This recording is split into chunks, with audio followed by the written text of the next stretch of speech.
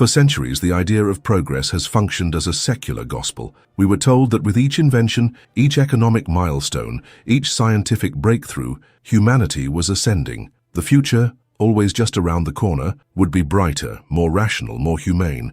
Diseases would vanish, labor would ease, suffering would decline, and above all, meaning would naturally arise from comfort. But that promise has quietly collapsed. Despite unprecedented levels of technological development, global connectivity and material abundance, the human spirit seems increasingly fractured. People live longer, yet feel more exhausted. They have more tools than ever to optimize life, yet struggle to find reasons to live it. If progress was meant to fulfill us, why does so much of modern life feel like survival dressed up in sophistication? The truth is that something fundamental was overlooked. In its obsession with fixing the external world, modernity failed to understand the interior one. It mistook convenience for contentment. It believed that the elimination of obstacles would naturally give rise to joy. But when friction disappears, so too does the opportunity for depth. Ease extended too far breeds apathy, not peace. Progress was never inherently misguided, but the framework that defined it was narrow. It saw the human being as a mechanism to be streamlined, rather than a mystery to be honored. And in doing so, it confused evolution with elevation. We learned how to move faster, but not where we're going. We learned how to communicate instantly, but forgot how to speak meaningfully. We made everything easier and lost the ability to sit with difficulty. And now in the quiet spaces of our lives, late at night between distractions, beneath the surface of success, a question returns. Was this what we were promised? Or did we inherit a story that never asked who we really are, only what we could produce, buy, and measure? The modern world excels at improving conditions, but it rarely asks whether those conditions support the soul, and in that silence, the promise breaks, not loudly, not with collapse, but with a quiet, unshakable sense that something essential has been forgotten. Modernity prides itself on its achievements, and from a distance, the list is impressive. We have compressed distance through technology, conquered illness through medicine, automated labor, digitized memory, and designed tools that expand what once seemed like natural limits.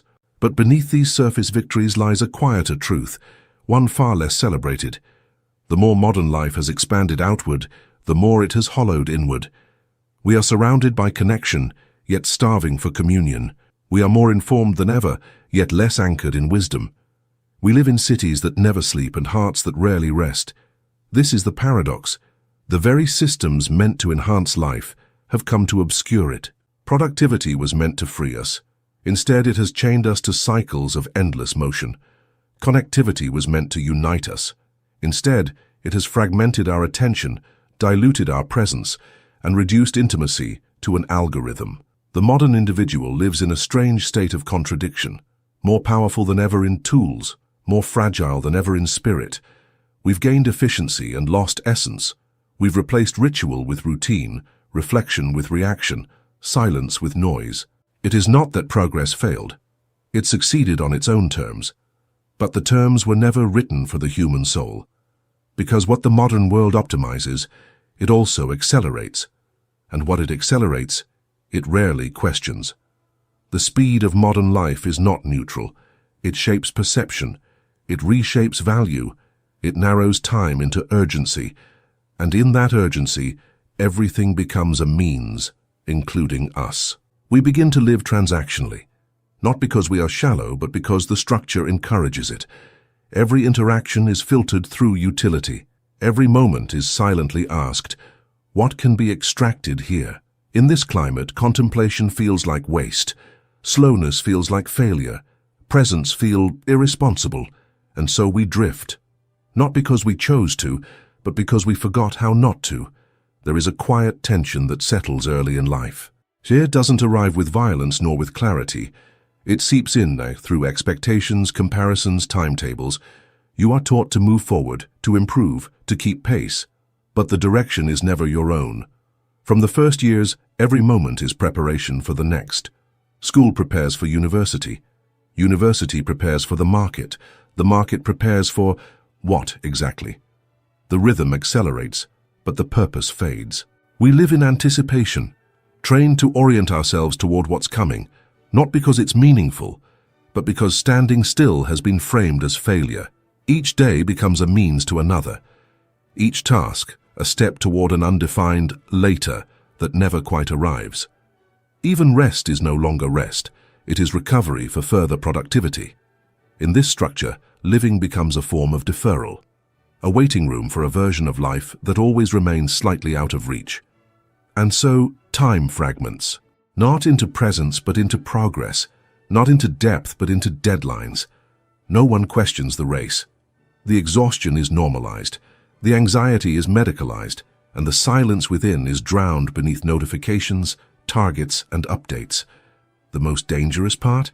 The system rewards your compliance with just enough comfort to keep you from noticing the cost.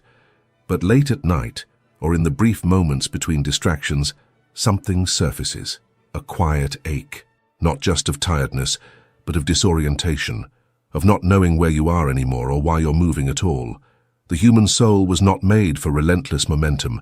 It was made for rhythm, for pause, for presence, and yet modern life denies all three. Until one day, perhaps suddenly, perhaps slowly, you stop and realize you've been running toward a horizon that recedes as you approach, not because you were weak, but because the track was never meant to end. One of the greatest ironies of our time is that we have mastered the mechanics of communication, yet forgotten how to truly connect. We can reach anyone, anywhere, at any hour. We can see the faces of loved ones across continents. We can share thoughts, images, emotions instantly. And yet the depth of our interactions continues to shrink. Technology promised to eliminate distance, but what it removed in space, it replaced with noise. Constant presence became constant interruption. In the age of hyperconnection, silence is rare, and intimacy even rarer. Conversations are shortened, attention is divided, availability is confused with closeness. We speak more, but listen less. We share more, but reveal less. We are exposed, but not seen. The screen becomes a mirror in which we curate rather than confess. We shape identities for validation, not for truth. And slowly, we begin to measure our worth by the feedback we receive. Likes, views, responses, metrics in place of meaning. But even as the digital world expands, something ancient within us begins to wither. The need for presence, for slowness, for the kind of connection that doesn't require a signal but attention, not immediacy, but sincerity. The architecture of modern interaction favors breadth over depth, and in doing so it creates the illusion of relationship without the reality of it.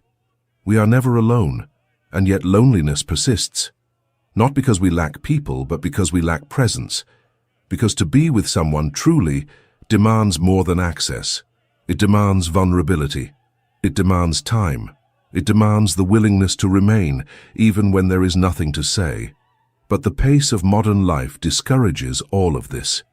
In distraction, we find escape from discomfort.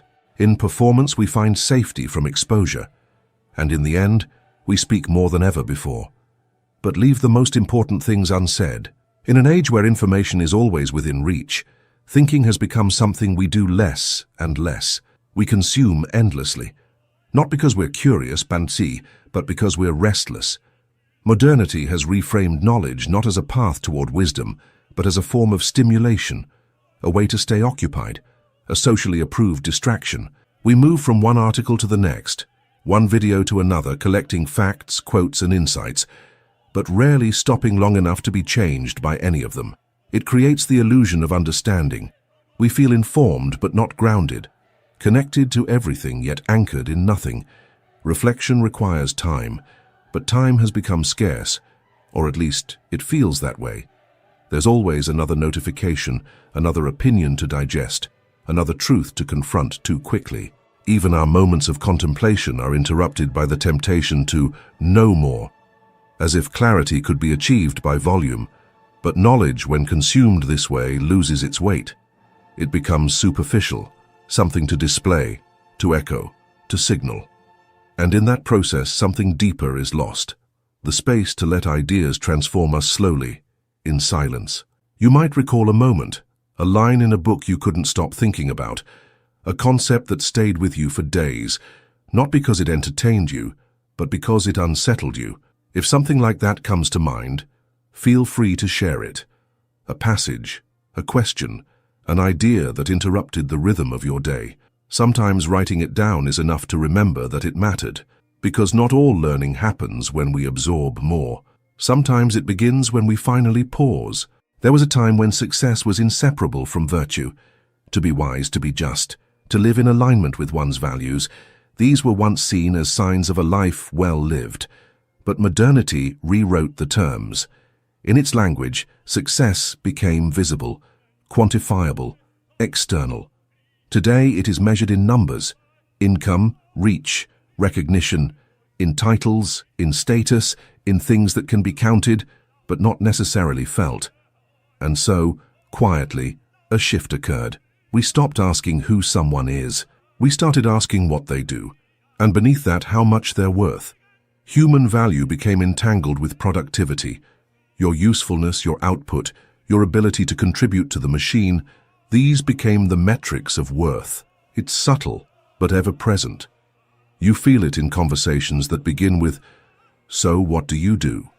In the guilt that arises during moments of rest, in the way we apologize for not being busy enough, as if existing without performance were an act of failure.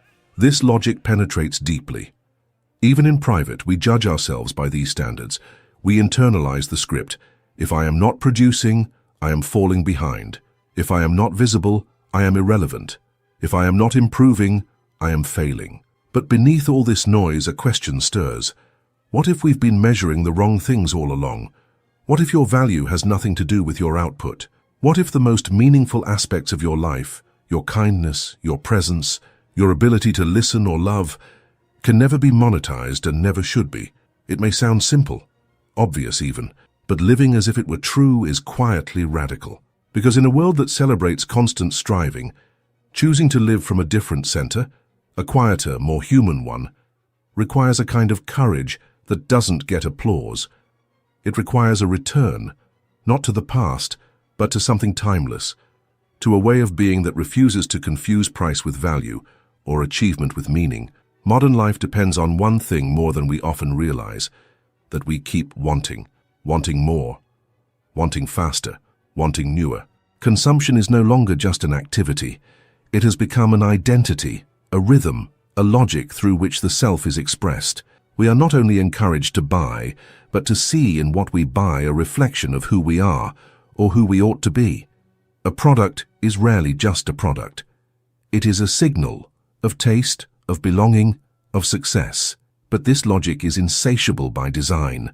The system cannot afford for you to feel content, because satisfaction halts movement.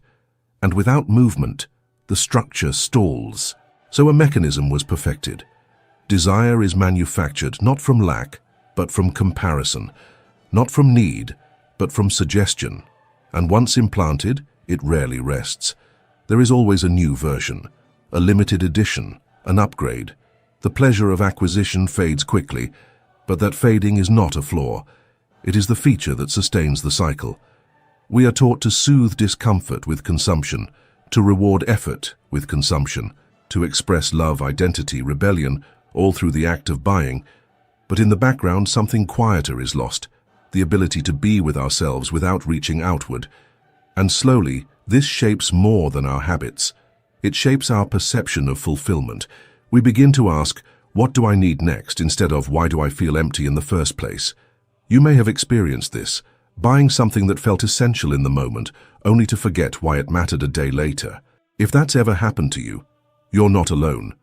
Recognizing the pattern is the first quiet rebellion, and in a world built on perpetual desire, even stillness becomes an act of resistance. One of the most subtle losses in modern life is time, not measured in hours or days, but in presence. We live surrounded by clocks, calendars, countdowns. Time is tracked, optimized, scheduled. And yet, in all this precision, something essential has slipped through. The experience of now. The present moment has become a corridor, a means to an end, a space we pass through on the way to something else.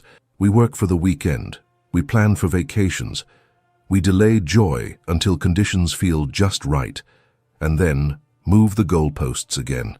The future becomes a place where meaning is postponed. But the future, when it arrives, often looks just like the moment we ignored to reach it. The structure of modern life rarely permits stillness, and when it does, we often don't know what to do with it.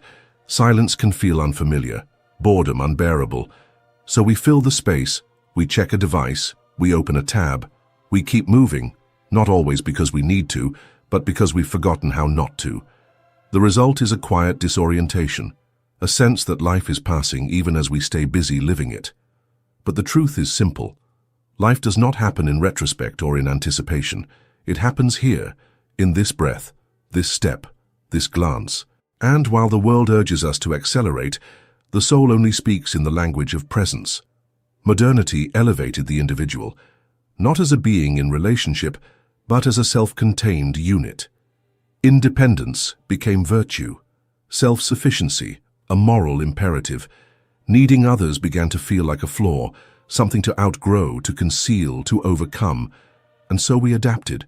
We learned how to navigate life without asking for help, how to present strength even when we felt hollow, how to carry everything alone, proudly, silently.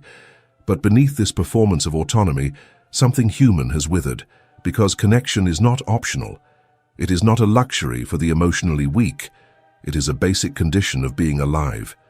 The more we idealize independence, the more we normalize isolation. We build lives where no one sees behind the curtain. We share space, but not selves. We move among crowds, yet feel unseen. And in the quiet moments, after the noise has settled, we begin to feel the cost.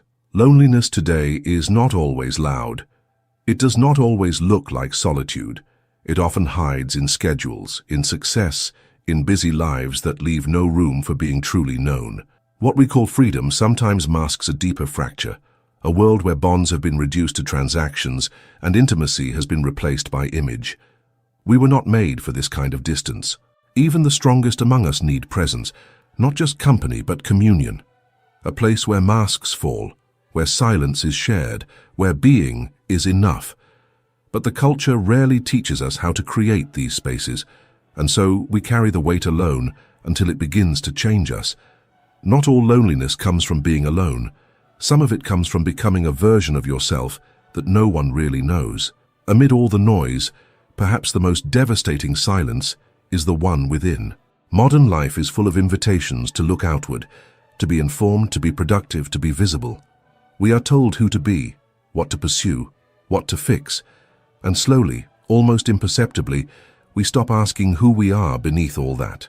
This disconnection doesn't happen abruptly. It unfolds over time, through compromises, distractions, and the slow erosion of solitude. The self becomes background noise, intuition dims, desire becomes indistinct.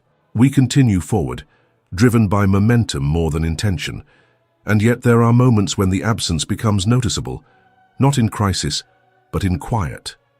A sudden pause, an ordinary day that feels strangely empty, a sense that life is being lived, but not by you. The world encourages us to seek meaning in outcomes, achievements, recognition, belonging. But these are reflections, not foundations. Without a connection to the self, even success feels hollow. Even love feels unstable. Even peace feels temporary. This is not just a spiritual concern, it's existential. Because when we lose the thread of who we are, we begin to inhabit roles instead of lives. We perform stability while feeling lost. We mirror expectations instead of truth. And the longer this distance grows, the harder it becomes to return. To reconnect is not easy. It requires stillness. And stillness is where the world becomes loudest. But until we turn inward, we live in exile from the only place where real clarity can emerge, not in the image we present, not in the approval we gather, but in the silent, undistracted company of ourselves. It is tempting to believe that the discomfort we feel is personal, that our exhaustion is a flaw in our discipline, that our disconnection is a result of poor choices, that our restlessness is something to be fixed with better habits, better goals, better routines. But what if the source is deeper? What if the system itself, the one we are asked to function within, was never designed with human well-being in mind. Modern structures are efficient, but efficiency is not wisdom. They are scalable, but scale does not equal depth. We inhabit institutions that reward performance over presence, markets that extract more than they nourish, cultures that celebrate visibility, not authenticity. In such a framework, people become functions. You are a role, a profile, a resource, something to be utilized, optimized, replaced. And slowly this logic seeps in. You begin to see yourself through the lens of utility. You evaluate your days by output. You measure your life by momentum. The result is not just burnout. It is a quiet existential erosion, a sense that even when everything is working, something essential is being lost. The dominant system thrives on movement. It cannot afford for you to pause and ask, why am I doing this? Who does this truly serve? What has this way of living cost me? Because those questions are dangerous, not to you, but to the machinery that depends on your unquestioning participation. And so distraction is normalized, doubt is pathologized, stillness is branded as laziness, silence as irrelevance. But beneath the structure there is a quiet truth. If the system requires you to disconnect from yourself in order to function, then the system is not broken. It is doing exactly what it was built to do. And maybe the courage we need is not to fix it, but to stop pretending it was ever built for us. When the illusions fall away, the promises of success, the distractions of progress, the noise of constant movement, what remains? A quiet space, uncomfortable at first, but honest. It is here that something real can begin. Not a revolution, not a grand escape, but a return. A return to the self before the roles, to the voice that speaks beneath the noise, to the presence that needs no validation to exist. Reconnection doesn't come all at once. It comes in fragments, in small acts of honesty, in choices made without an audience, in the courage to live by values that no longer need to be explained. To be authentic today is not a brand, it is a risk. A risk of being misunderstood, a risk of being alone, a risk of no longer fitting into a life that was never truly yours. But it is also the beginning of peace. Not the kind sold in retreats or routines, but the kind that grows quietly, when you are no longer at war with yourself. You don't need to abandon the world, only the version of yourself that was built to survive it. And maybe that's where this ends, or begins. Because in a world that demands performance, authenticity is the quietest and rarest form of power.